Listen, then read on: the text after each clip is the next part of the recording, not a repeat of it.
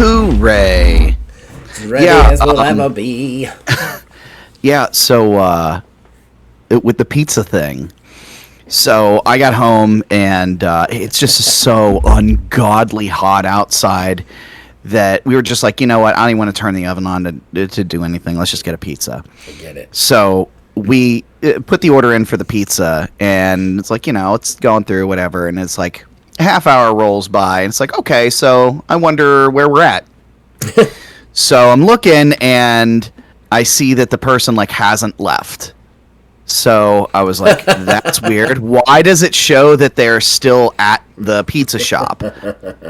So I was like, they have to be leaving soon. And then 15 minutes later, they go through and I see that their position has updated, but they're right up the road from us. So I'm like, okay, I guess. And I'm just sitting there staring at it, and they do not move. At all. To the point that I get in my literal car and drive through the neighborhood to find the pizza guy. He must have known that I was on his tail or something like that, because eventually, when I went to pull into my driveway, he was leaving. So, I just don't. I get it. You have to maybe potentially order, do some deliveries, right. in the same area or something like that. But you don't sit at the same spot. He wound up being at the same spot for about 20 minutes. So I don't know if, I guess it really does play out like it does in adult film, and the pizza guy shows up. You ordered a pizza? Oh no, I forgot my money. Forgot it. How will I ever pay? That's hysterical. Did you ask him when he showed up? Hey. No. I actually asked because. Were you in a porno? He was pulling out of the driveway as I was pulling back in. So I just kind of sat there and watched him leave. And I was like, okay. And I came into the house and I asked Kayla, did he say anything? Nope. Nothing. That's hysterical. That's absolutely hysterical.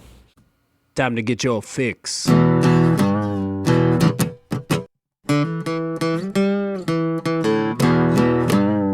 It's a horrible gaming podcast. It's not good. It's not great. Horrible gaming podcast. It's not even what you would call fair. It's really not that good.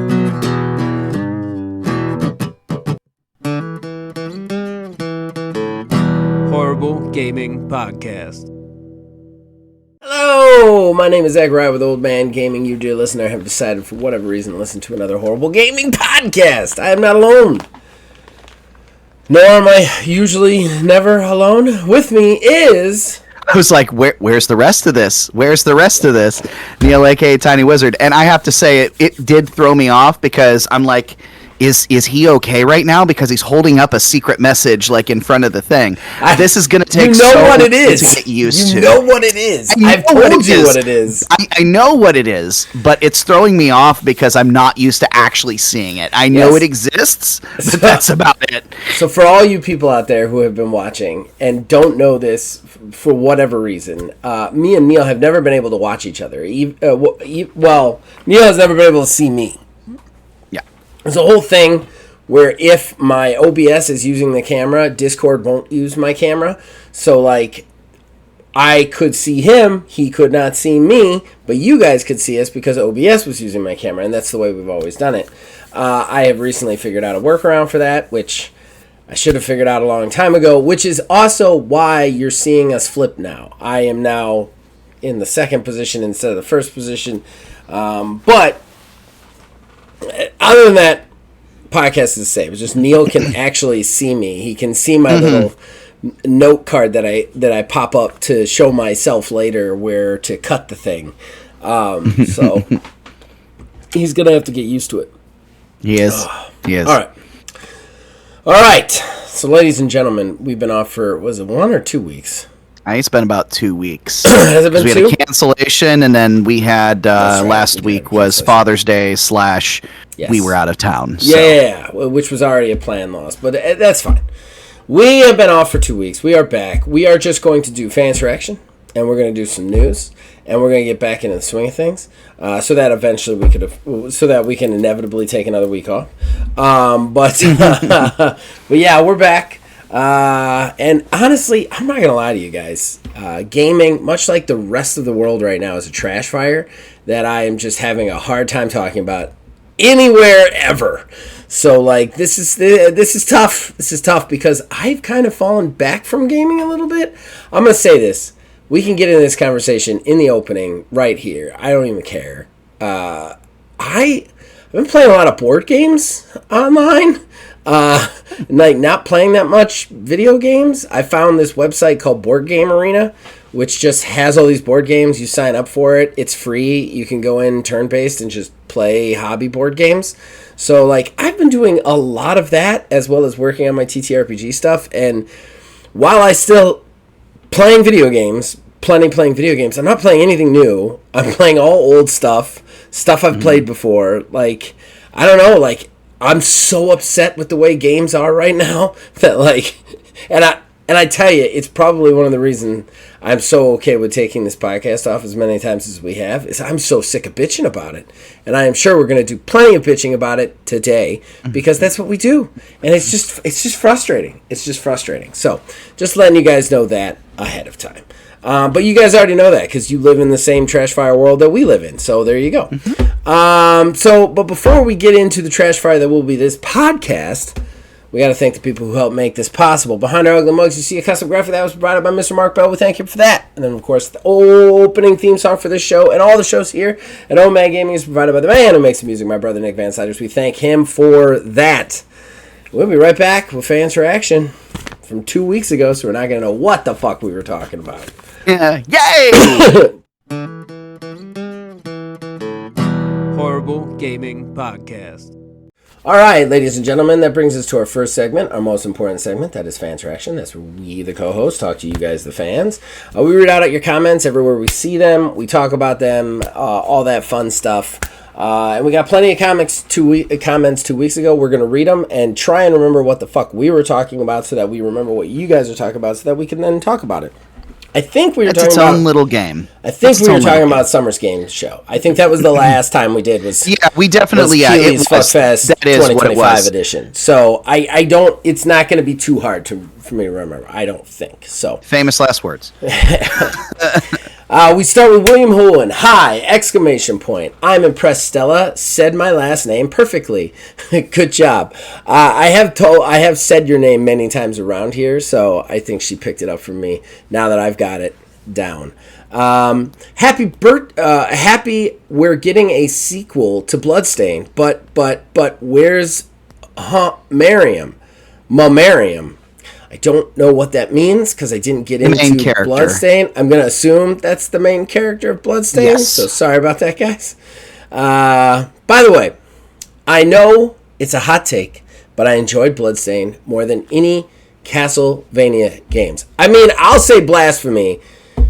Symphony of the Night is absolutely like in my Hall of Fame of games ever that has influenced me. So it's very hard for anything to kind of like outrush that. But games are opinions, man. If you like it better than any Castlevania game, more power to you. I didn't enjoy it as much as Symphony of the Night, but that does not mean that it's any worse or better for anybody else. So, and then Will says, any news of Light No Fire?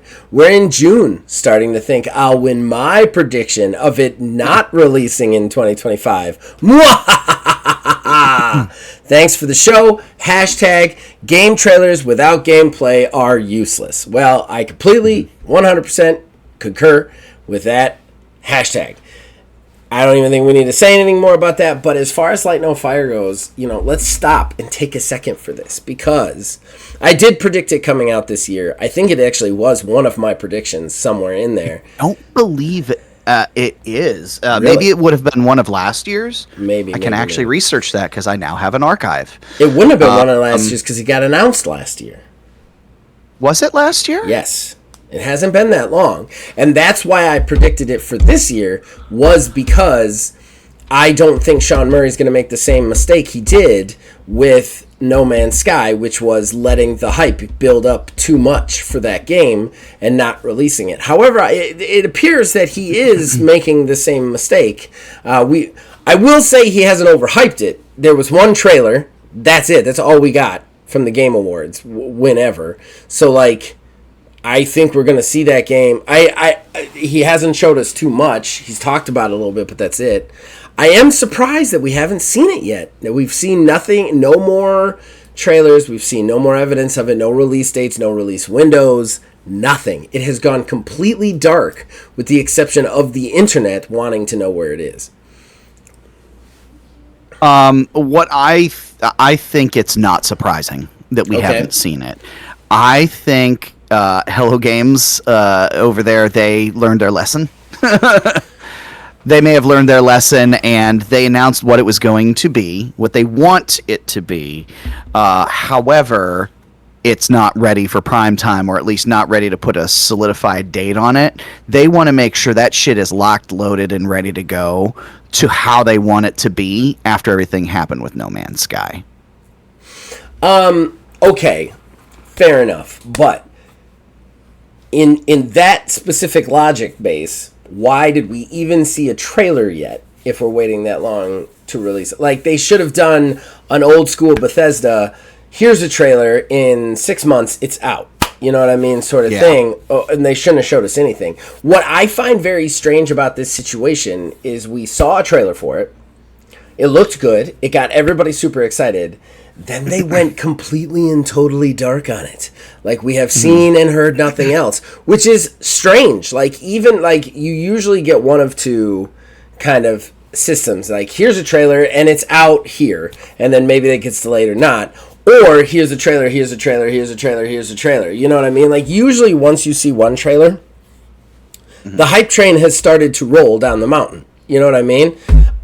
So we get more trailers. Like, there have come and gone at least 3 game shows since we saw a trailer for this, and we've seen nothing, you know? Which I think is very strange. I think, don't you think we should have gotten some more trailers, or they shouldn't have talked about it at all? Yeah, in a perfect world, yes. With delays and setbacks and everything being the way that they have been, my headcanon at least is they did intend on showing it again and giving us maybe an updated release window or something along those lines. But they ran into some issues and they didn't want to, go forward and say anything else. It is 100% possible. It is possible. But at the same time, it's not the usual, but it is possible. But your point there could also be completely true as well, that it could have been just like, oh, hey, we want to announce the thing that we're working on. It's not all just No Man's Sky.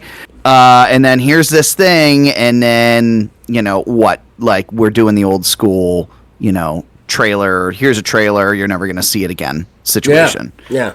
I think I'm going to say this. I want to give Hello Games benefit of the doubt on this. And the reason I want to give them the benefit of the doubt on this is because they did not have the best launch with No Man's Sky. Obviously, we've had many conversations about that, right? That being said, they've kind of come back from it.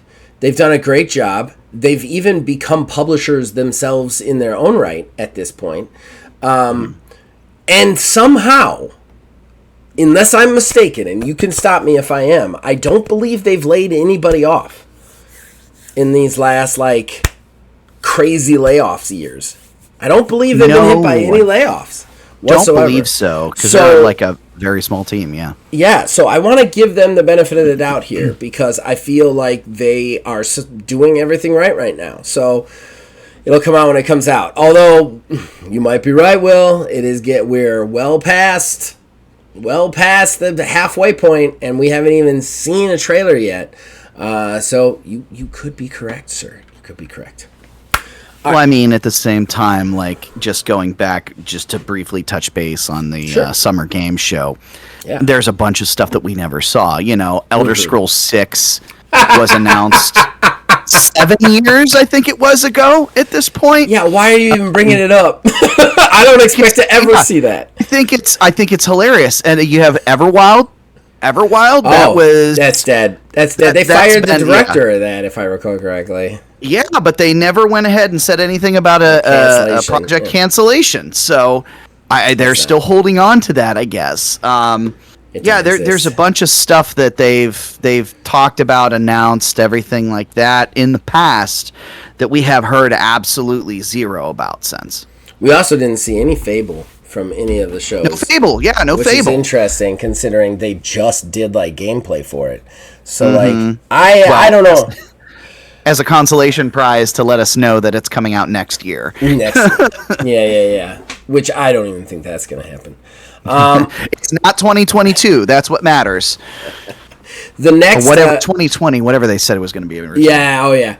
The next comment is Azium66. Thanks for commenting, man. He's back into commenting. It's 2 weeks in a row. Felt It Boxing is a second coming of Super Punch-Out. Can't wait. Yeah, I finally watched the trailer of that. That looks hilarious. Insane. It's insane. Because it's actual puppets. It's not even like, it doesn't even look like it's animated. It looks like it's... No, it is. Like, it is. It's animated. It is. That's the thing that's fucking crazy. Is when you take a look at it, if you look like specifically at the fur, it's done very well, but it looks like it's in Unreal 5. And there's a couple spots where like the hairs overlap and they kind of like blend together, but no, it's that is insane to me that it looks the way that it does. And just watching that trailer, I was like, what? Like it looked like a movie, and then like they're like, oh, this is a game. I'm like, is this playable? What is this? Yeah, that looks very interesting. I if I can, I will definitely try it. Jason then chimes in, from what I noticed of the Grounded community, people are very excited about Grounded 2. It actually looks really interesting. It does. I like the riding animals thing. I went back and watched some of the trailers of it. I like the bigger kind of play area. I think is a lot of fun. And I put a lot of hours into Grounded. Never beat it. Never got through it. But like I've got quite a few houses built in quite a few different games out of grass. It's a very enjoyable game that I wouldn't mind exploring that game again without, I don't know, I wouldn't mind exploring that experience again with newer stuff, you know? Mm-hmm. I will say this. The one thing about Grounded that I wish they would have added to Grounded 2, I really want character creation, Jason. I don't know. Maybe I'm just wrong on that. Maybe I'm alone. But, like, it was one of my only downsides of Grounded 1. And, like, this one, it's the same 4 kids again getting shrunk again, which is insane in itself. But, like, I kind of was hoping for, like, some character creation stuff here. And we didn't get it. I really like my own unique character in games like this. And it's fine, though. It's not enough for me to not play it again. Jason then says Clockwork Revolution was always clockpunk time travel. It's just too many stuff. There's too many things going on in that game. I swear.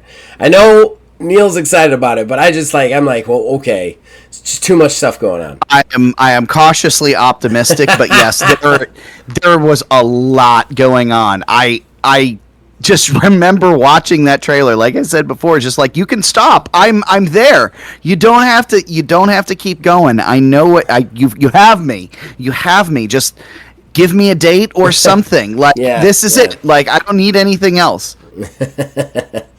Jason then continues, the only games from the Xbox thing I thought might possibly be interesting were Clockwork Revolution, parentheses, messing with the time via time travel or alternate timelines has always been my favorite sci-fi subject.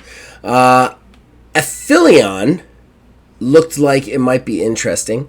Modang, Two Hearts looked intriguing.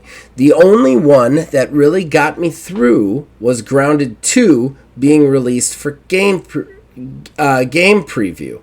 Right now I'm impatiently waiting to see if the Alters is any good, again messing with the timelines. And he has played Alters, and he says he was a little lukewarm on it, if I recall. I have it downloaded. I have not tried it yet. I just cannot... actively playing it right now, actually. Who is? Kayla is. I've heard it's interesting. I love. So, Jason, I'm going to tell you something. I love time travel stuff. I watch a lot of Doctor Who. I watch a lot of time travel stuff. I think time travel stuff is really cool. I don't always think it is appropriately done in video games. I love the idea of alternate timelines and am hopeful that they do that right. It's just the problem with time travel in games is usually the only way you see time travel is like, I can reverse time to not die, or I can like make this thing, not damaged. That was damaged, which I'm like, I want like I killed this guy, so he can't exist in the future. You know what I mean? Like that kind of time travel stuff. And we really haven't seen any game be able to accomplish that yet. I hear that Alters does a pretty good job of it. I think BioShock Infinite is my favorite example of that. Okay. Did you play the game? Okay, so BioShock Infinite. I know it had time travel, the Infinite one. Yeah, basically, spoilers for the game, I guess. At the very end of the game, the absolute very end of the game, you learn, like, it's the last sentence of dialogue and credits roll. You learn that you are the main character, are the good guy, but you are also the main villain. Oh, nice. Yeah, basically, you make a deal, you're ripped out of your own timeline, and this alternate reality makes you the main bad guy. And these twins basically grab you from a different reality, a different variant of you, to stop yourself. So that I liked, because it was almost as good as the "Would You Kindly" twist in the OG BioShock. Okay, all right. And then finally, Jason says, I don't get weirded out by much, but the upgrade machine in Atomic Heart, took liberties with my dude's body that just set a tone that made the rest of the game meh and unbearable.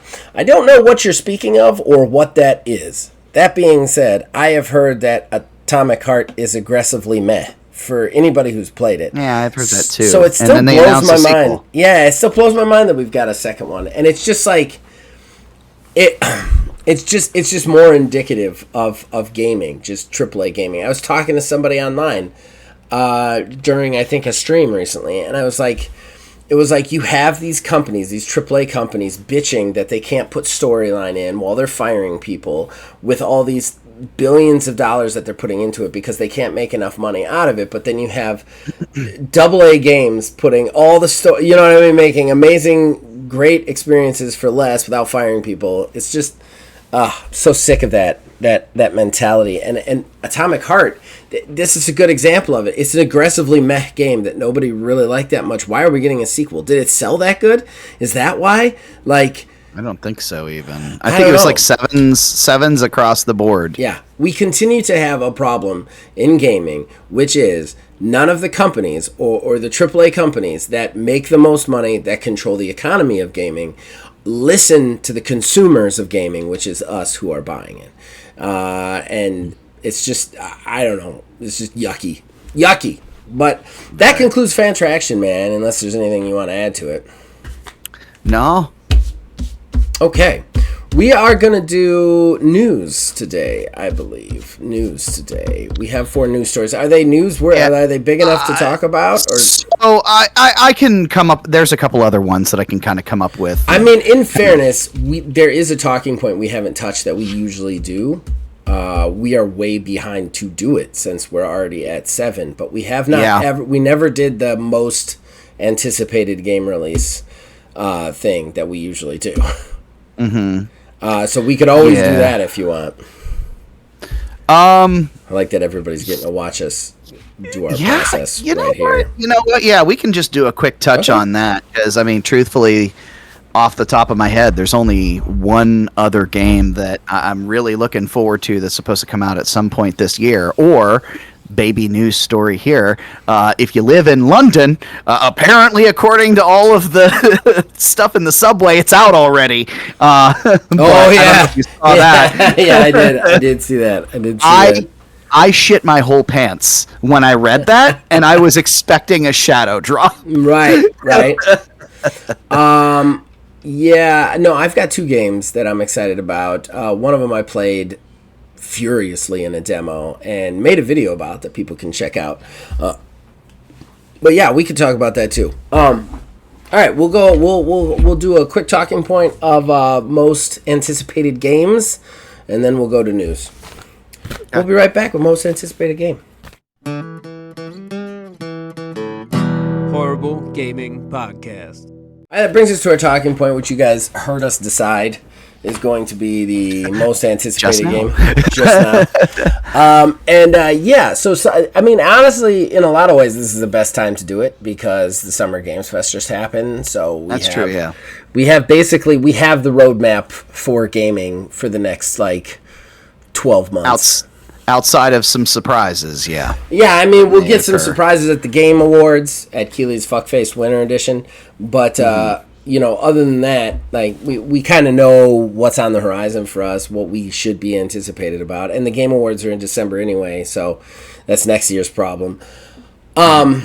So do you want to go first? You want me to go first? I have 2 definitive ones that I want to talk about. I have one and a maybe one Okay. that I just thought of right now. I mean, the first one that we kind of alluded to that we've talked to death about over the literal years at this point.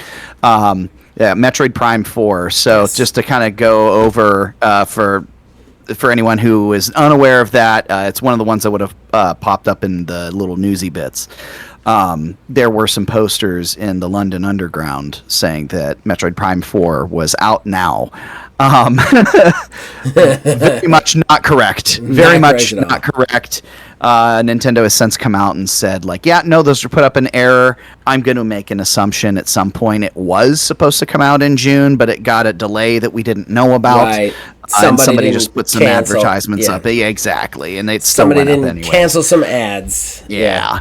But yeah, Metroid Prime 4. Metroid Prime 4 has been on my radar for a number of years. I've played every single Metroid Prime game. I've actually played now every single Metroid game. So, I mean, at this point, this is the next one. I'm ready for it. I need it. This thing's been in development since 2017. Already got started back over from scratch once. The wait is real. I don't know if Nintendo normally takes this long for the development of some of their games, but I mean, we're approaching almost 10 years that we've been waiting for this. Mm-hmm. So it's time. I'm ready for it, and I have the Switch 2 ready to go for it because I am a pathetic shill. I love that we've been doing this so long that now you insult yourself before I can even do it. Yeah. Although, in fairness, I do want to say I probably wouldn't insult you. You made that money. You spend it the way you want. I don't agree with the way you spend it, but you spend it the way you want, man. I think I am very collectively.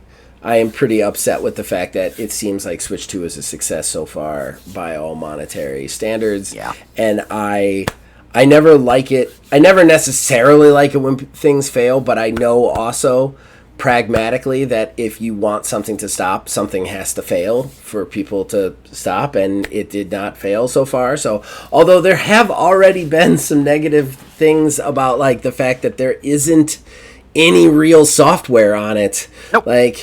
And that's why I think that they really need to get that game out. They need to get that game out soon. It's going to be critics. It's going to be Donkey Kong Bonanza first. That game has to destroy because I'll be honest, Mario Kart World, I don't hate it. I'm not in love with it. The free roam is just do you want to mindlessly do something for about a half hour? Okay, here's this. Right. But I mean, outside of that, with Metroid I've heard is the Mario Kart's pretty aggressively okay, honestly. Yeah, it is. It's aggressively okay. It's more Mario Kart. We're not reinventing the wheel. The free roaming thing is not as insane as it may be made out to be. Right. But I mean, overall, it's pretty okay. But the software part of everything, they have to get some software out for this thing. They do. The Donkey Kong Bonanza is going to be the first step in that. Because they just have that tutorial. They have Mario Kart World, And they've got Donkey Kong Bonanza coming out. Everything else is just remasters from literally like less than 5 years ago. Like, that's what we're talking about. And that's almost insulting in itself. So I think that like they really need to get that out. Yeah. The other one that I'm, I guess I would say that I am keeping an eye on, is Borderlands 4, just because, unfortunately, from everything that I've seen, it actually looks good. And Randy Pitchford has not shut up. Now, one thing that I do think is kind of interesting as like a commentary on that game, I think there's been a crack in the wall. There's been a crack in the wall because did you hear that the pricing is out? Oh yeah, I'm surprised it's not one of your news stories. $70, not $80. It was actually one of the other ones that I was going to come up with. Yeah. Yeah, it's $70 and not $80. Tinfoil hat. It was gonna be 80. It was gonna be 80. It was gonna be 80. There's no way the guy making it. Minds. Yeah, there's no way the guy making it gets on Twitter and fights with the literal world over the price. If it's not gonna be the price that nobody wants, like that's kind of nuts to me. I think the only way that it wasn't gonna be 80 is Randy isn't lying, and he had no idea whatsoever what the price was and got very scared when people started saying they didn't want it to be 80 and was trying, which I don't know why you'd try by going to war with people, but trying to on get social people, media too. Yeah, but trying to get people to be okay with the $80 price case just in case. Still, if that's the case, then he really should have gone about that a different way. Because I don't know, I've never got anybody to do anything by launching bombs at them. That being said, I don't think so. I don't think there's any way that the CEO didn't have some. I know they don't set the price. They're not publishing it. 2K is publishing it. But I don't think that there is a chance in hell that the CEO doesn't at least have an idea of what that price is going to be. I think somebody told him it was going to be 80. At the very least, Randy Pitchford thought it was going to be 80. That's my thought process. I think he thought it was going to be 80. He decided to go nuclear because he's a lunatic. I don't know necessarily that. I don't know whether we actually changed that via social media fighting or whatnot. But like, there was definitely a miscommunication somewhere along that line. You know, about the game itself. I am not going to play it. This whole insanity around it has been ridiculous. I'm also kind of turned off to first-person shooters right now. I don't know. I've played a lot of them in my life, and for some reason they just don't seem appealing to me, especially looter shooters, where literally, like, there is a looter shooter dropped every day somewhere. I don't want to worry about gear score and, like, looking at numbers anymore. Like, that at least not in that manner, I guess. I mean, hell, that's the reason I'm not playing Towerborn anymore. And you know how excited I was for that game. But it turned out to be just, like, Destiny beat 'em up. And, like, I don't... Like, it's like, great, the beat 'em up's fine, but if there's nothing else behind the beat 'em up other than a gear score, I don't want anything to do with it. I'll say this about Borderlands. I don't think Borderlands 4 is going to be bad. I really don't. I think that Borderlands 4 will be more Borderlands. And I think all 5 of the previous entries of Borderlands, right? Not missing any, right? Yep. 5. Pre-sequel is what... There's pre-sequel, there's Tiny's Wonderland, and then 3 main entries. So 5 games, right? Yes. I played all 5 of those. None of them were bad. I enjoyed playing all of them. I think they were all relatively well-made, good games. Like, I thought Tiny Tina's Wonderlands was probably my favorite until they started nerfing and breaking everything. The problem with the Borderlands and Gearbox on a whole is they release a game, and then a meta comes out, and they feel the need to destroy everything based on that one meta or whatever, instead of just letting people play the way they want to play, or letting people... or making it so that every class has a meta. You know what I mean? And that's something that just drove me nuts. I didn't even finish Tiny Tina's Wonderlands because I got to a point where I realized, the character class that I like the most, the one that I was playing, it will never be good enough to do any of the high-level stuff ever, no matter how I spec into it. Okay, well, I'm done then. So you've just wasted 40 hours of my life. And that's my biggest problem with those games and the Borderlands games and how they treat them. I think on the base whole, though, as a casual player, you're going to enjoy that. You're going to go in, you're going to have fun. It's going to be a relatively good experience because it's just going to be more Borderlands with a couple of new features. That's how they do it, you know? And I think that we're going to see that again. I am glad it is not $80. I won't boycott it. I was going to boycott it if it was $80, but I'm glad it's not $80. But yeah, I don't know. It's just not. It's not ringing my bells, you know. So I guess it's my turn. What are your games? Well, surprisingly enough, they're both beat 'em ups. They're both beat 'em ups that I am absolutely ravenously drooling for.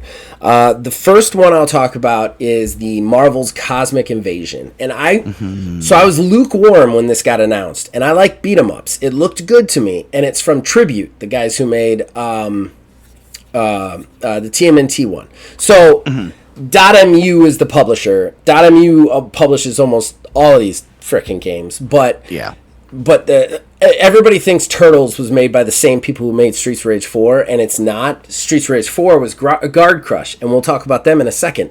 But Turtles was Tribute.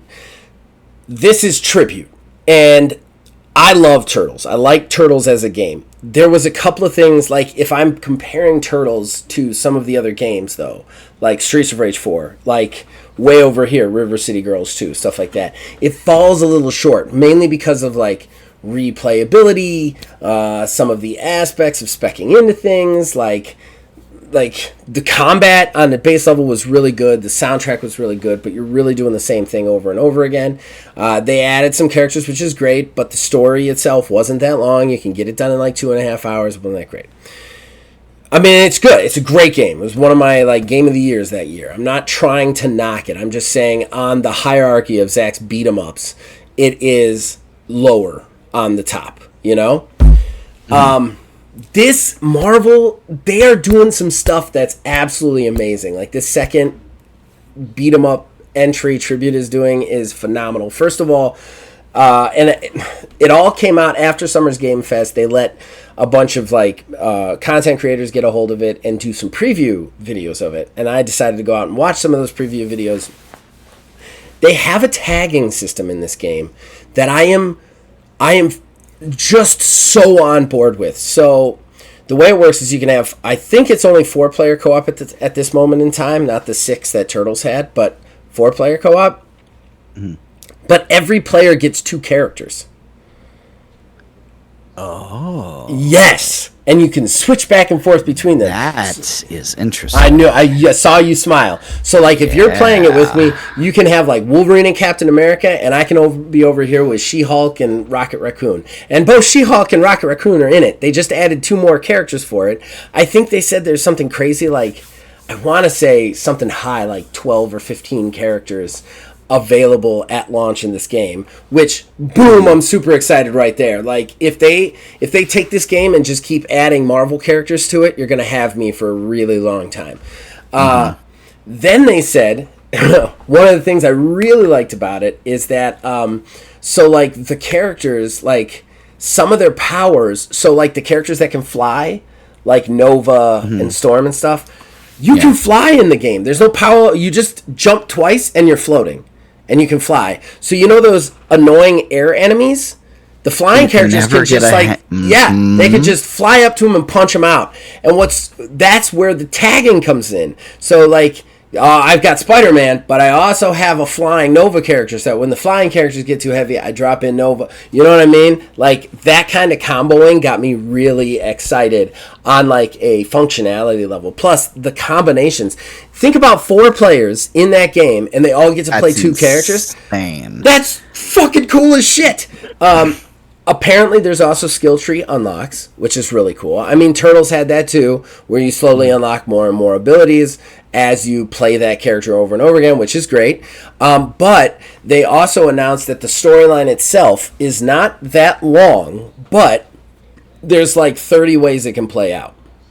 So there's like different levels you can move through. There's different paths. It's like a spider web sort of path. So every playthrough will feel a little bit different, especially with the bosses and the bad guys that you fight have different dialogue based on the characters that you have with you. So like if you run into Carnage as a boss, it'll have different dialogue for Spider-Man and Venom than it would Rogue.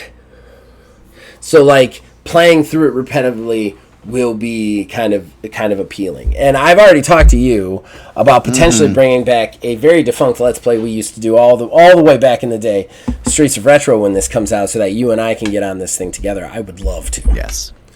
Do baseball rides again.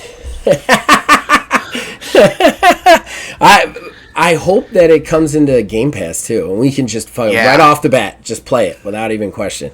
So that one, I'm very excited for that one. Everybody out knows that beat 'em ups are a hit for me. The other one that I'm very excited about is a game called Absalom. Absalom. I did a preview of this, a Next Fest preview. There's a Next Fest demo. It is still out. I urge you, if you have a computer in Steam, to go grab it and play this game. It is phenomenal. And I'm going to say this. When I downloaded it, I was not super excited because it's got roguelite elements, and I am sick of roguelite. Usually, if you say the words roguelite to me, I'm like, I'm out. I don't want to play those anymore. I'm done with those in a lot of ways. Absalom is phenomenal. Like, it's Guard Crush and .mu, but it's its own property. It's fantasy medieval based. There's going to be 4 characters at launch.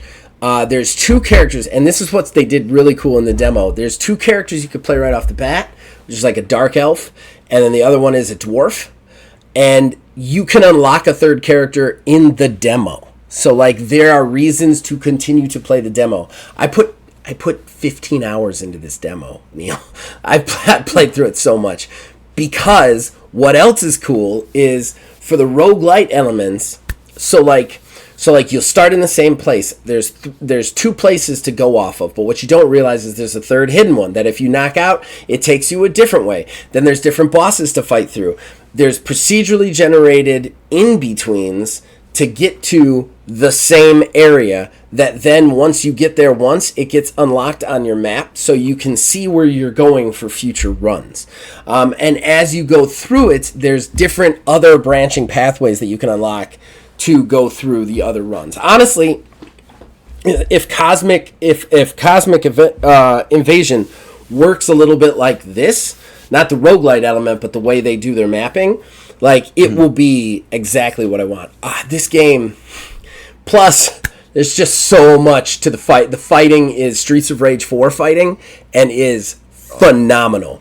I loved my time with this game. I cannot wait for this game to come out. I had very little critical things to say about this game.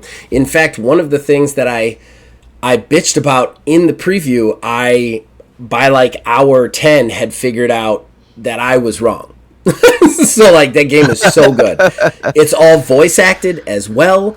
The roguelike combinations are really cool and interesting. The powers are really cool and interesting. They also do the same Streets of Rage 4 thing where every character fights a different way instead of just having different animations and movements. The very way they fight is different, you know? Mm-hmm. I'm super excited about this. You can check out my Next Fest preview. I did it, I want to say like 8 days ago, I think it went live, something like that, from when we're recording. And I cannot wait for this game to come out. And the demo is on Steam. Download it, try it, it's amazing. You have successfully made me look forward to another game in the Marvel Cosmic thing. Yeah, that on its own, because like I feel like the side scroller beat 'em ups, like they have to have a thing that sets them apart. Yep. I feel like with River City Girls, it was like the sprawling map, so like there's places to go. with Streets of Rage, it was like the actual combo system, so it's like an actual fighting game. With the Marvel one, it's telling this story, and you also get to like not be tied to one single character, because I feel like that does get boring sometimes. It does. I love having a specific one character in those sorts of games, because you get to learn how they play, you get used to like their hitboxes and stuff like that. But having two of them is just such a simple, like, I feel like somebody in a room somewhere when they were looking at this game, like, what can we do to set it apart? There's just one guy's like, why not two characters? And everybody was like, what? Like, revolutionary. Yep. Yeah, it was like, oh! Yeah, light bulb. I'm very excited for both of those beat 'em ups. I love the fact that beat 'em ups have come back, and they are all redefining what beat 'em ups are. They're not just like, oh, we're another beat 'em up. Like, every one of them seems to bring something new and interesting to the table, which I really enjoy and like. And I cannot wait for these two to come out. Honestly, Absalom, if Towerborn had been more like Absalom, I'd still be playing it. Like 100%. Yeah, still be playing it. So I'm very excited about it. Very excited about it. Awesome. Well, that's it. You want to do news? Yeah, we'll do some quick newsy niblets. Newsy niblets. Maybe we should rename it that. Newsy niblets. Horrible Gaming Podcast. Ladies and gentlemen, brings us to our third and final segment, the news. Neil likes to collect smaller news stories.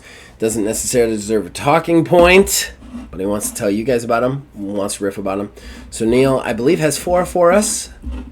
At this point, I'm kind of all over the place with them, because we've been Chaos them reigns! and yeah. Yes! One of them I'm reading and flow through you! Right.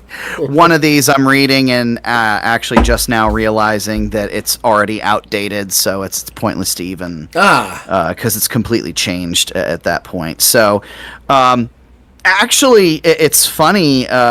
We are actually going to have one normal-ish news story and then just talk about 2 funny ones. One of them's kind of sad, but it just winds up being so bad it's hilarious. Okay. So we are just going to go over the one. So I don't know if you've been following the saga that is Bungie's Marathon. Oh my God. It has not been swell. So they're that game has to be a real winner.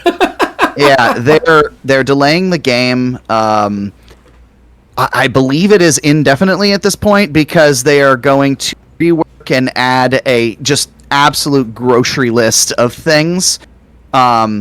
It has not tested very well in beta testing. It's already not even lukewarm with beta testing. There's not a lot of people talking about it in a positive light. Really? Yeah. I mean, it got some good, like, IGN had said it looked really good. I mean, IGN says everything looks good, but you know what I mean? Right, like, they had said it looked a little bit good the first time it got previewed. Mm-hmm.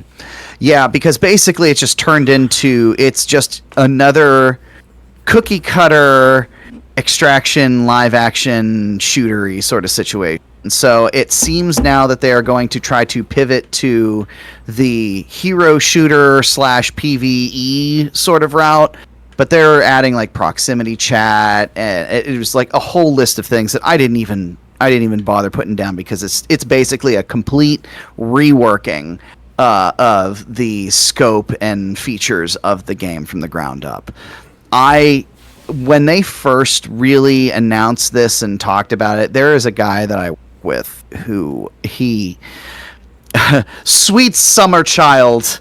It's like, oh man, this looks so great. It's going to be such a good game. There's going to be such a great community around this. I told him, it's like, this is going to either be completely canceled, launched and then canceled, or be a complete and total turd and be canceled within a year of its actual launch. Right. Oh, no. There's no way. I'm half right. They're already full pause in it. It's already kind of a train wreck. Yeah, it's because it's basically a train wreck. I mean, it's going back to, like, it screams Concord all over again. And it's Sony again. It's it's just so lukewarm, tepid response. Well, it's not and just it's Sony. generic It's cookie fucking cutter. Bungie, which is... Well, it's Bungie too. Bungie's whole thing, is they do one thing. They do shooter live service, and that's about it. Right. Gone are the days that we are used to of them having their name on like something like Halo. Right. Bungie was a novelty at one point, but they've been riding that train too long and stuck there for too long. They don't want to branch off into anything else or rework anything. They want a copy of something that already exists, and that's the problem. Yeah. It's kind of a train wreck. I don't know what exactly... I don't... So they've announced that they're like taking it back, or... It's basically been put on a delay, is what it is. It's a long-standing delay. I'm not 100% if it's indefinite or if it's into next year. I'm going to look at that real quick. Oh, nope, that's the original marathon in 1994. Oh, no! Oh, no! So I see two separate articles when you Google it. Okay. The first one is Bungie delays marathon indefinitely. And the other one is on IGN, marathon delayed as Bungie promises to reveal new release date in the fall. Oh my god. So, who knows? Yeah, since I had it up here, I can take a look real quick and see exactly all the features that it was, if it's going to show me this. Yeah. Oh, yeah, and there was all the plagiarism stuff too, which doesn't really help anything out. Right. Let me see here. Yeah, it's not going into the whole laundry list of things that they're going to do here. It's delayed indefinitely, basically. It's basically it is delayed after a shitty showing. Long story short, which mind. surprises absolutely nobody at this point. I feel like It absolutely blows my mind. Like I mean, it actually does surprise me. It surprises me that they are delaying it inevitably, just because like it's not like nowadays you'd expect them to just come out and immediately cancel it or some shit. You know, like I wouldn't expect them to just like not release it. You know, very strange. yeah, I think it is going to come out eventually, but I don't know. I feel like I don't know. because Bungie's originally rough right now. Yeah, well, I mean, originally they were talking it was going to be, if I remember correctly, it was going to be a $40 live service with in-game purchases sort of game initially. I mean, a game like this at this point, if you're going to try to do trend chasing to this degree, just make it free to play and see what happens with it. Yeah, I agree. So, the next one, this one, it is the shortest news thing that I typed out because I typed these all out ahead of time. It's just Mind's Eye, LOL. Have you seen this game? Have you seen this game? Dude, did you see the IGN review of it? Yes. Oh my god. IGN even was like, bro, what the hell? I can't believe they gave it like a 5 or a 4 or something. Yeah, it was something like at that. At the end where he was just like, there is a free roam mode at the end where you can't do anything. You just wander around as this guy in underwear. There's markers on the map. Going to them doesn't matter. Nothing matters. Yeah, basically it's a buggy, broken mess. There's nothing to do. There's half of the features don't even really work. The end game, like you said, is an absolute pile of nothing. What's hilarious is I don't remember. I'm sure I would have remembered at some point the first time that this thing got teased, but the first time that I actually remember hearing anything about it was about a month and a half ago. There's somebody else that I work with. We were talking games, and he's like, you know what game I'm really excited for? This Mind's Eye. And he just showed me just like a quick thing of it, like not showing me like video or anything. I was like, okay, that kind of looks interesting. And that was like the first time that I really remember hearing about it. It is so bad. Like, so bad that PlayStation is giving refunds bad. It's Cyberpunk bad. Which I find absolutely hilarious. Yeah. And yeah, the endgame thing that you were talking about is ridiculous. Absolutely Just ridiculous. a guy that's not even the main character, just wandering around to places because reasons. Like, that's Kojima level bullshit. Oh my god, it's crazy. It's crazy. And then the last one that I have is one that you sent me. Yeah, it's the one about Mecha Break. So there's a free-to-play game out there called Mecha Break. It's not out one of yet. those. Well, it announced. It's coming out this year. Yeah. It just got a release date of like, I want to say July. It's like 2 months away, something like that. Sorry, 2 weeks away. It's not a long time. So, going over about this, it's one of those like, big robot fighting games sort of thing, but you basically get to get out and about and be a pilot of this mech. And in the game, you can interact with the toilets. Now, this is not anything super new in games. This is not anything that's super new in games. There's a lot of games out there that at least let you like turn on faucets and everything like that. But this is the first time we've ever been given a reason why. The reasoning behind this is that the developers want to make sure that you understand that you're playing the pilot of the mech and not the mech itself. Why it matters, I'll never know. But that's why you can flush toilets in this game. They have a very specific reason. Their guiding principle, apparently. So what's even weirder, so I want to give you a little bit more backstory to that. I played the shit out of Mecha Break's demo. Mecha Break has a demo. I don't know if you can still play it. I haven't played it in a while. I decided to put it away until the free release came out. But I downloaded and played the crap out of the demo. And I loved it. Loved it. It is a lot of fun. It does have some jankiness to it here and there, but the mecha stuff is really cool and weird, and there's a lot of different weird strategies you can play out. And as far as a deathmatch game goes, or basically a hero shooter is what it boils down to be, just with mechs, it's a lot. Plus it has an extraction mode that's really cool, that they have both ways to go with that. I never walked around as the guy. You can walk around as the guy.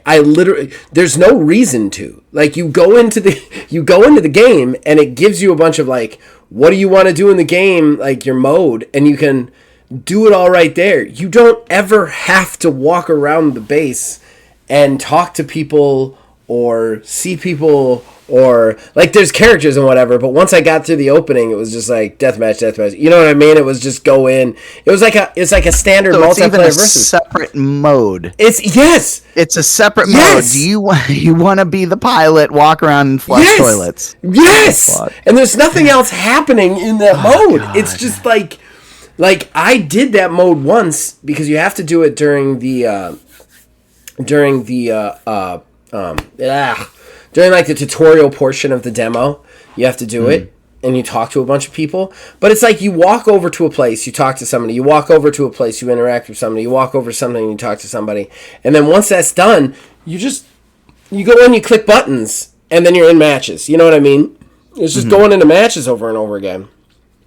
Even when I'm changing the way my pilot looks and maybe they'll change this in the full release, but even when I'm changing the way my pilot looks I don't have to walk up to a closet. I just go pilot customization, and then I customize my pilot. So the idea that you make flushable toilets in a game where no one is walking around, I guarantee no one was I'm gonna explore the base. No one is even thinking about it. They're they go in, they hit a button, they go into the mode, they pick their mech, and then they go fight other mechs. What the fuck are you doing in this? That's so bizarre. Yes. That's absolutely so bizarre. That's why I wanted to send you that story, because I was I hope he brings this up, because I want to explain that I've actually played this, and it makes even less sense because it's not like an open world game. It's not even like Destiny where you're running around two people. You know what I mean? Like it's like you just go in, you click buttons. I would like to do a deathmatch. Loading deathmatch. You know? Mm-hmm. Yeah, it's ridiculous. Yes. It's fucking hysterical to me. And I don't know who would want to interact with the story of that game. Like, the art is amazing. Like, the mechs look really cool. The story is incomprehensible gobbledygook when people talk. That, like, I like, not even just anime gobbledygook. Like, just like use your power! Like weird stuff. Like, yeah, I don't know. So was that your last one? That was it. We got through that fast. Fast. All right, well, we'll take a quick break, do the plugs, and call it a day. Horrible Gaming Podcast. Ladies and gentlemen, that brings us to the end of the show and the shameless self-promotion that comes with it. Neil, what would you like to plug? Well, because I forgot about this, we wrapped up the season 2 of Ordo, and I guess we're doing 2.5 is getting ready to be going through here. Two epilogue, something like that. Yeah. So I don't know what we're gonna call it because we definitely wrapped up season 2. That is in the books. But this is going to be kind of an addendum to that, almost kind of like a miniature season. So just so that everybody knows, well, spoilers. I don't want to spoil it. Don't spoil it. Certain people will be taking over as Game Master, and other certain people will be playing. Let's put it that way. And there's some things that we need to tie up, some loose ends we need to tie up, some threads that we need to set up. So, yeah, we'll probably have an episode, maybe 2, in between. I'm not exactly sure what the hell we're going to call it. And it should be coming out probably within a couple of weeks, to be honest. I don't see it taking that long. But yeah, should be soon, which is great. And then if they release Marvel's Cosmic Invasion, Neil has agreed. We will be. I'm ready. Yeah, I'm ready to go. Streets of Retro all over again. That's one too. If it goes into Game Pass, we should do a 4-player play and get my daughter in on it. If it's still in summer when it releases. Fuck yeah! Okay. As far as the rest of the channel is concerned, we do have a lot of TTRPG stuff coming out right now. Obviously, Sanctorum's come back. Check that out. Video games. I have already plugged my Absalom Next Fest preview. Go check that out. There's not a ton of games coming out right now that I want to play and / review. But should I get them, I will review them for you guys and show them to you.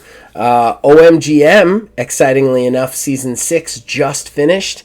And guess what, guys? Season 7 is huge. Me and Jeremy changed all the rules. We switched to 2K25. I did this ridiculous brand new opening to it. It's a lot of fun. It reinvigorated us, too. I think we were a little bit done on the old way of things, so we're very excited about. We have a lot of fun with the first couple episodes. So if you were somebody who had kind of fallen off Old Man General Manager and maybe are looking for a reason to start watching again, Season 7 is the perfect time to start watching again, and it starts this Thursday. This Thursday is episode 1, and I'm very happy with that. Other than that, you guys can check out everything we have to offer here on the channel. You can contact us on Blue Sky, Axiom Games LLC /Old Man Gaming. You can contact us on Discord and influence this in all of our shows from there by clicking the link below. And other than that, as long as you guys keep watching, you keep listening, we'll keep making them. We'll see you guys next time.